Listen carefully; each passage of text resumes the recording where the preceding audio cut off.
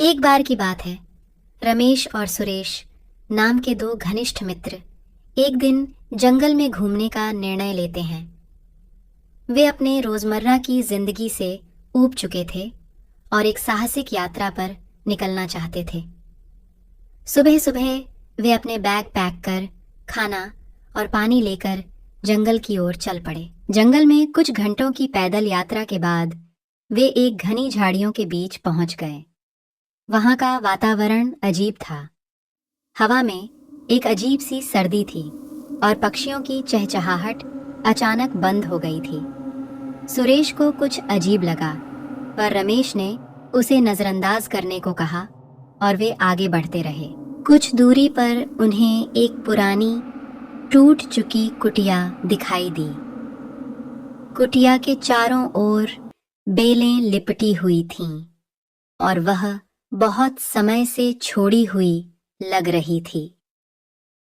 दोनों ने सोचा कि वे वहां कुछ देर विश्राम कर सकते हैं। जैसे ही वे कुटिया के अंदर गए, वहां एक खूबसूरत लड़की मिली। उसके बाल बिखरे हुए थे, आंखें चमक रही थीं और वह एकदम सफेद थी। लड़की ने मधुर आवाज में कहा, आओ, अंदर आओ। तुम लोग थके हुए लग रहे हो। यहाँ बैठो और आराम करो। दोनों मित्र कुछ डरे हुए थे, परंतु लड़की की आवाज में एक अजीब सा आकर्षण था। वे अंदर गए और बैठ गए। कुछ ही देर में उन्होंने महसूस किया कि उनकी आंखें भारी हो रही हैं। उन्होंने समझा कि वे जादू के प्रभाव में हैं। लड़की असल में एक चुड़ैल थी जो राहगीरों को अपने जादू से मोहित कर देती थी।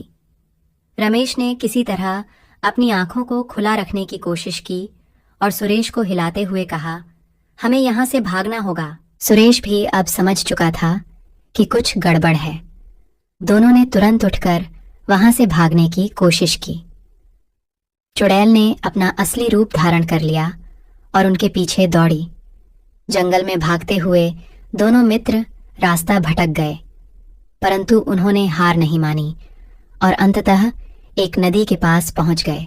उन्होंने नदी पार करने का निर्णय लिया, क्योंकि चुड़ैल पानी पार नहीं कर सकती थी। जैसे ही वे नदी पार कर गए, चुड़ैल पीछे रह गई और वे सुरक्षित हो गए। दोनों ने प्रण किया कि अब कभी भी वे बिना सोचे समझे जंगल में नहीं जाएंगे। इस घटना ने उन्हें एक महत्वपूर्ण सीख दी।